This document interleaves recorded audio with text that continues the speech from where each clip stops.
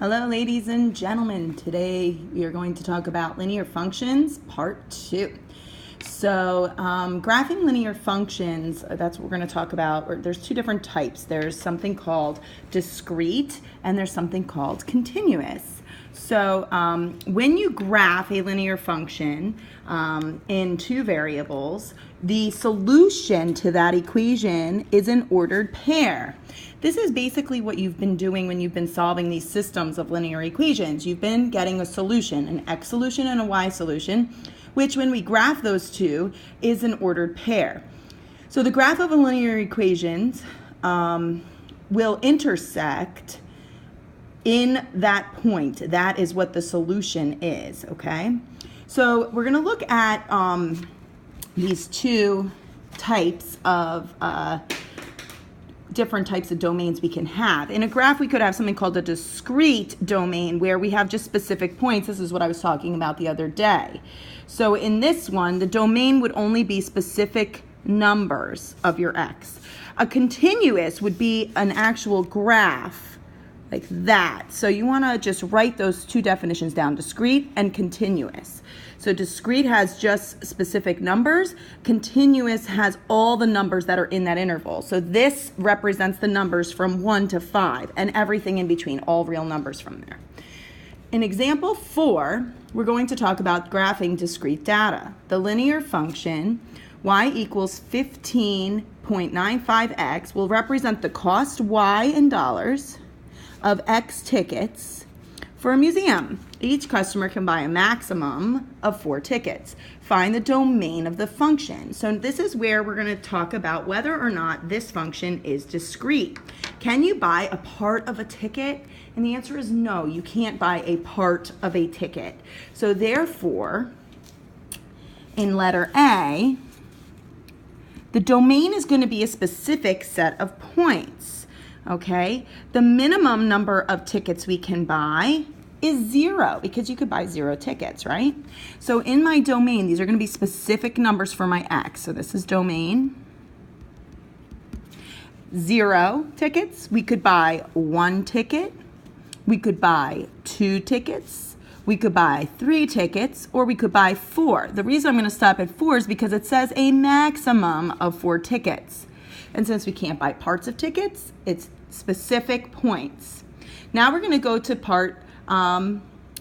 the second part to part A, and it says, is this domain discrete or continuous? Well, because it's specific pieces and because it's only specific points, we cannot have parts of tickets. This is a discrete domain. And you might want to write down that definition. You cannot have parts of tickets, so therefore it is discrete. Okay, in step B, part B, it says we're going to graph this function using the domain. So now we're going to have to create in part B an input-output table. So I'm going to do x, and y, my x values, my function, and my y values. Now, once you get really much better at this, you won't have to create this chart. And my function is 15.95x. So now, if I plug in my domain that we had from up above, right? Our domain was 0, 1, 2, 3, and 4. So I'm going to put that into my input-output table. 0, 1, 2, 3, and 4. I need to extend this a little bit. Sorry. Okay. I'm just going to move the camera, guys. Sorry. So 0, 1, 2, 3, and 4. So as I move this down, I'm going to plug into this the values of x and see what my y value is. So 15.95 times 0, 15.95 times 1. And we're going to do that for each of my domain numbers.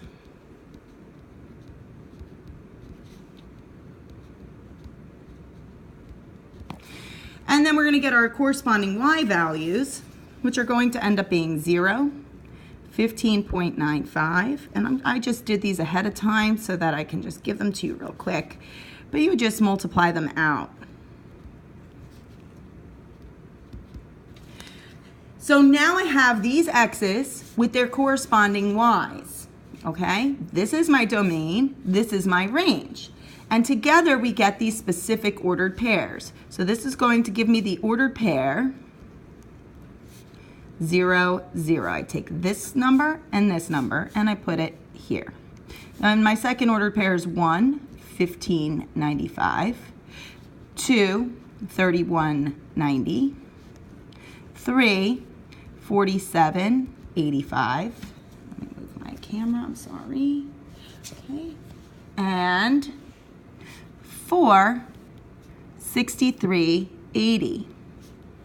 So there are my points.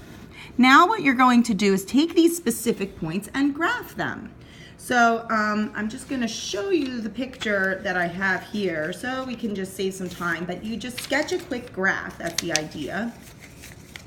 Okay, and so here I'm going to show you the picture. Hold on.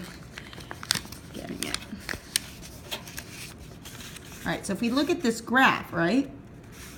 So you could see museum tickets on the top, the cost dollars of Y, and the number of tickets. And you just sketch a quick graph. Notice that it's just counting by tens, and they're estimating where the points would be. And notice these points are not connected by a line. Why? Because this is a discrete set, so we don't connect them with the line.